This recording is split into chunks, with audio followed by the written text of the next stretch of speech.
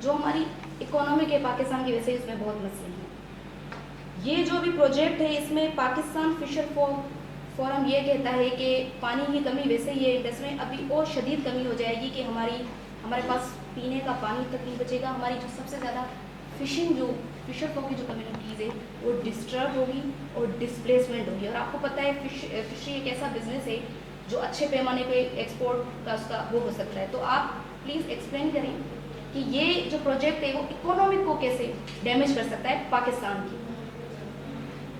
सो agriculture का मैं आपको थोड़ा सा ये बता देती हूँ कि आई वॉज स्टडिंग, और जैसे भी सर ने बात की है, पाकिस्तान मेट्रोलॉजिकल जो बोर्ड है उन्होंने ये ड्रॉट की भी उन्होंने अलार्म दिया है कि कमिंग ईयर्स में ड्रॉट भी हो सकता है, एक्यूट ड्रॉट, ठीक है। और उसके अलावा 2022 में जो फ्लड्स आए थे, 5 लाख एकड़ लैंड जो है उससे एग्रीकल्चर लैंड डिस्ट्रॉय हुई है हमारी सिंध में, ठीक है। उसके अलावा जो आप अगर इसके बेनिफिट्स और प्रोस एंड कॉन्स पूछें अगर इस प्रोजेक्ट के, तो ये कहा जा रहा है कि बेनिफिट्स भी हो सकते हैं कि हम मजीद प्रोडक्टिविटी कर सकें, जिससे हम मजीद अपना एक्सपोर्ट इंक्रीज कर सकेंगे।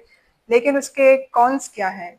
क्योंकि आपको पता है लैंड वो सैंडी लैंड है और फर्टाइल लैंड भी नहीं है, it is not naturally cultivated land, तो आपको उसको थोड़े आर्टिफिशियली कल्टिवेट करना पड़ेगा। तो उसके जो कॉन्स में है, एक तो ये है कि वाटर लॉगिंग एंड सैलिनिटी हो सकती है in future, and also over irrigation and poor drainage lead to water which will be leading to water logging and salinity, and also inequitable water distribution होगा ऑल ओवर पाकिस्तान। क्योंकि आपको मालूम है कि जो हमारे इंडस वाटर ट्रीटी साइन हुई थी उसके बाद एक water water water apportionment according sign होता 1991 में, जिसके अकॉर्डिंग आप वाटर की एक इक्वल डिस्ट्रीब्यूशन उन्होंने कर दी थी कि जी फिगर्स दे दी थी। उसके अकॉर्डिंग ये है कि आप मजीद उस पर विदाउट परमिशन कुछ बिल्ड नहीं कर सकते। जो अभी जो प्रोजेक्ट है ये हमारी सिंध की पॉपुलेशन से विदाउट परमिशन या उनकी गवर्नमेंट से डिस्कस के बगैर ये चीज़ इनिशिएटिव लिया गया है, तो which is according to that fact it is illegal. और जी कंसेंस नहीं है, और आगे ये कहा जा रहा है कि आगे जो फ्यूचर वॉर्स हैं वो वाटर पे ही होंगी ओवर दी वर्ल्ड। हम सिर्फ पाकिस्तान की बात नहीं कर रहे हैं। तो एक बहुत ज़्यादा बेसिक इशू है एग्रीकल्चर का हमारा, और पाकिस्तान की आपको मालूम है पॉपुलेशन जो ज़्यादा एग्रीकल्चर डिपेंड करती है। So 18 million acres of since agriculture land remain uncultivated due to water shortage. Already जो हमारे पास लैंड है उसका 18 मिलियन जो एकड़ है वो अनकल्टिवेटेड है, और आप उस पानी को भी लेकर जा रहे हो एक ऐसे ऐसे एरिया पे जो कि वहाँ पे अभी कुछ है ही नहीं, ठीक है। उसके अलावा अगर मैं आपको थोड़ा सा बता दूं कि हमारी जो अभी एग्रीकल्चरल प्रोडक्टिविटी है ओवरऑल, वो हमारी सिर्फ 38% है, इट इज़ वेरी माइन्यूट। हमारी पॉपुलेशन ज़्यादा है और पानी हमारा शॉर्ट क्यों हो रहा है? पानी की हमारे पास एक्सेसिबिलिटी है। अभी आपको मालूम है, जैसे सर ने अभी बात की इन्वायरमेंट की, अभी स्नोफॉल नहीं हो रहा, ग्लेशियर्स मेल्ट हो रहे हैं। आपको मालूम है एक ग्लेशियर की मैं स्टडी कर रही थी कि एक कराची साइज जितना ग्लेशियर है जो कि मेल्ट और वो सिंक हो रहा है, मतलब वो फ्लोट कर रहा है। और ये कहा जा रहा है कि उससे जो है सी लेवल राइज होगा डिफरेंट एरियाज में, और वो बहुत ज़्यादा डेंजरस सिचुएशन है अभी। और उसके अलावा जो है अभी जब स्नोफॉल नहीं हो रहा है, ग्लेशियर्स मेल्ट नहीं होंगे, आपके पास पानी कहाँ से आएगा इंडस रिवर में? ऑल्सो हमारे पास जो कुछ ऐसी प्रोडक्शन है जिसमें कॉटन है, व्हीट है, राइस है, वो ज़्यादा पानी मांगती हैं और टाइमली पानी मांगती हैं। अगर आपके पास पानी ही नहीं होगा या टाइमली पानी नहीं दे सकेंगे तो इस एरिया में जो ऑलरेडी कल्टिवेटेड है वो फसलें तबाह हो जाएंगी, ठीक है। आपको मालूम है फूड शॉर्टेज का हमारे पास ऑलरेडी एक इशू है।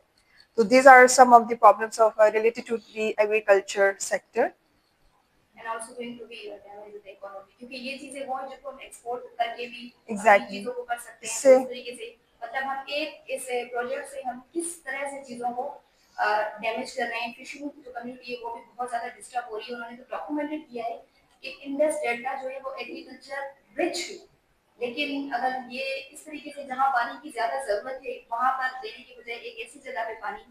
सर एट द एंड हम दो चीजों पे आपसे जरूर भी राय लेना चाहते हैं और लोग भी ये जानना चाहते हैं कि ये जो क्लाइमेट चेंज का ग्लोबली चैलेंजेस है, ऊपर से हमारे पाकिस्तान के अंदर ये वाला प्रोजेक्ट है, रीजनल इम्प्लीकेशंस क्या होंगे और सर सॉल्यूशंस बताइए। अब इस मसले का हल क्या हो सकता है? ये मसला तो स्टार्ट हो गया, हमने सारे नुकसान भी देख लिए, लेकिन इस मसले का कोई हल होगा तो हम उस पर अब ज्यादा फोकस करना चाहते हैं।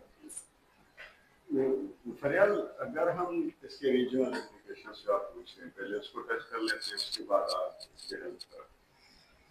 Number 1 regional. देखिए मैंने वही बात की पहले भी कि geography is the core which tells us. अब हमारे जो ग्लेशियर्स हैं they are situated in our north. Geography of Pakistan पे आ जाते हैं, उसके बाद मैं रीजन में इसको ब्रेक कर लेता हूँ वेरी ब्रीफ। नॉर्थ में हमारे आइस कैप्ड एरियाज हैं, माउंटेन्स, और हमारे साउथ में समंदर है। अगर आप एक लम्हे के लिए इमेजिन कर लें कि हमारे अगर साउथ में समंदर अल्लाह पाक उनको यहाँ पे सिचुएट करता और हमारे नॉर्थ में लोकेशन इस तरह की होती कि वहां पे समंदर होता, तो पानी यहाँ से ड्रेन होता। रिवर का एक कॉन्सेप्ट है वर्ल्ड वाइड एक्सेप्टेड कि रिवर का सबसे पहले पानी उसके हेड और टेल, हेड उसको कहते हैं जहां से रिवर शुरू होता है, 3000 प्लस किलोमीटर से 3080 से ऊपर किलोमीटर है जो इट जस्ट ट्रैवल करता है, दरिया से ट्रैवल करता है डेल्टा तक पहुंचने में, फ्रॉम सजावल खट्टो पदी कराची, ये डेल्टा एरिया से। अगेन डेल्टा तो पूरा हमारा वैसे ही गायब है, डिसअपीयर हो चुका है, we have no more deltas, और जो बच गया है वो भी जल्दी वैनिश हो रहा है। तो उसको पानी टेल को पहले दिया जाता है वहां, बिकॉज आप जब एक प्रोजेक्ट लगाते हो ना, likewise you are going to maintain a highway. हमारा चाइना और पाकिस्तान का सीपेक लग रहा है, गवादर टू काशगर। अब गवादर उसकी starting point from Pakistan and destination is Kashgar China. अगर चाइना से स्टार्ट करें रेसिप्रोकल तो वो हमारा काशगर स्टार्ट होता है, गवादर इज द डेस्टिनेशन। तो डेस्टिनेशन कनेक्ट होता है फ्रॉम बिगनिंग। हेड और टेल का वही है, रिवर में टेल को पहले देखा जाता है, बिकॉज हेड के पास ये अपॉर्चुनिटी है कि ग्लेशियर्स मेल्ट होंगे या कोई बारिश होगी, उस एरिया में ज्यादा बारिश होती है, ठंडे एरिया ग्रीन बेल्ट होता है वहां पे बारिशें ज्यादा होती है।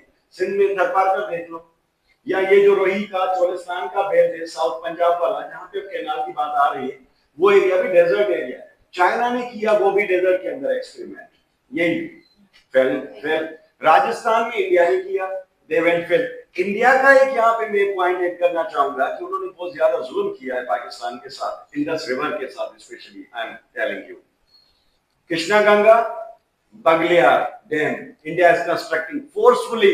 3 दरिया तो आपको दे दिए पाकिस्तान ने, वो तो वर्ल्ड बैंक बीच में आया, मुआहदा 1960 में हमने दे दिए, उसके बाद भी इंडिया मैनिपुलेट कर रहा है पानी के रिसोर्सेज को। That realization should be now कि चाइना फ्लड के टाइम पे हमें पानी दे देता है, इंडिया में जब फ्लड आता है तो वो हमारे पास पानी छोड़ देते हैं। भाई पानी को ड्रेन करो regularly for peaceful, for development purposes, not to damage regional climate.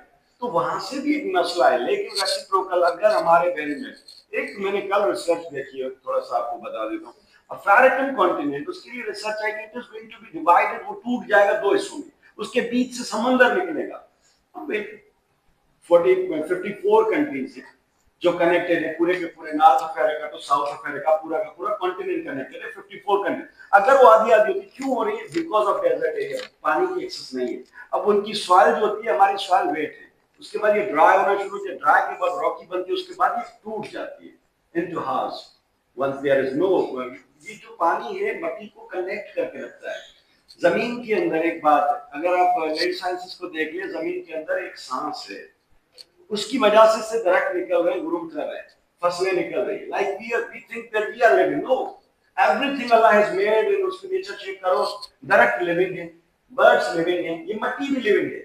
एक मिट्टी होती है जिसको हम कहते हैं कलर की जमीन, वो कलर की जमीन, उसके अंदर कोई भी चीज लगाओ नहीं लगती, ना चावल की फसल, ना गंदम, ना काटन, ना शुगर केन, कोई भी नहीं। रीजन वो डेड मिट्टी है, जो लाइक डेड सी दुनिया के अंदर आप देखते हैं, उसके अंदर कोई भी चीज जाती है तो वो तैरना शुरू कर देती है, डूबती नहीं, because there is no life available. समंदर, पानी की दुनिया में कमी नहीं है। आज भी दुनिया की वाटर को डिस्ट्रीब्यूशन नेचर ने जो रखी थी 71% प्लस दुनिया के अंदर आज भी वाटर है, पीने का पानी कम हो रहा है। वी आर कंज्यूमिंग एवरीथिंग, वो कंजप्शन जो हमारी दुनिया के अंदर साइकिल चल रहा है, वी आर वेस्टिंग। अब एक मर्तबा हमने एक चीज को यूज कर लिया, लाइक मेडिसिन, उसके हर्ब शर्ब से, वो भी हमें पानी की वजह से मिलती है। हमारे पास मेडिसिन की शॉर्टेज, प्रोडक्टिविटी कौन सी है? मेडिसिनल प्लांट रखते हैं, फूड के ट्रीज हैं, वेजिटेबल्स हैं, फूड आइटम्स, ग्रेन आइटम्स हैं, ये सारा पानी की रसद है जिसकी वजह से दुनिया चल रही है। Look, civilizations were constructed, Egyptian, Chinese, Mesopotamian, Pakistan, Hindustan की सिविलाइजेशन सारी की सारी नदियों पे क्यों बनी? बिकॉज वाटर, रिवर का जो पीने का पानी देते थे, लाइक समंदरों पे सिविलाइजेशंस नहीं बनती, वरना समंदर तो बहुत सारे, हम दुनिया में रिवर्स के करीब क्यों आ रहे हैं, रिवर्स पे फाइट क्यों है? Because that it provides life and opportunities. अब आ जाते हैं हल के ऊपर, सेकंड पार्ट। हल ये है, number 1, we need to decide everything constitutional. इसमें पसंद नापसंद, अच्छा बुरा, हमें लगता है, असम्पशंस पे बातें नहीं होती। एक बात है, एक तो हम जब पॉलिटिकल एलीट की बात करते हैं पाकिस्तान में, जो भी पॉलिटिकल एलीट है, दे फील देमसेल्व्स कि हम इल्म कुल है, और ये मेरी समझ से बाहर है बात है। इल्म कुल अल्लाह की साथ, we all are like researchers, politicians, students, teacher, we are in a learning phase. हम जिंदगी में किसी ऐसी स्टेज पे भी आते हैं तब हमें तब पता लगता है कि ये बात हम गलत समझते थे। तो इस तरह से साइंस को देख लें, उसके अंदर कितनी जिद्दत आई है। Newton first law, second law, third law, ये अमेंडमेंट अभी जा रही है। तो इल्म कुल के अगर हम जमीन से बाहर आते और आराम से बैठे, ईगो फैक्टर नहीं बनाए, हम एक दूसरे के बदले मुकाबले खड़े होते हैं, हम फितरत का नुकसान कर रहे हैं। डॉल्फिन है, आपने एनवायरनमेंट पे पहला सवाल पूछा, dolphin, blind dolphin, that is unique.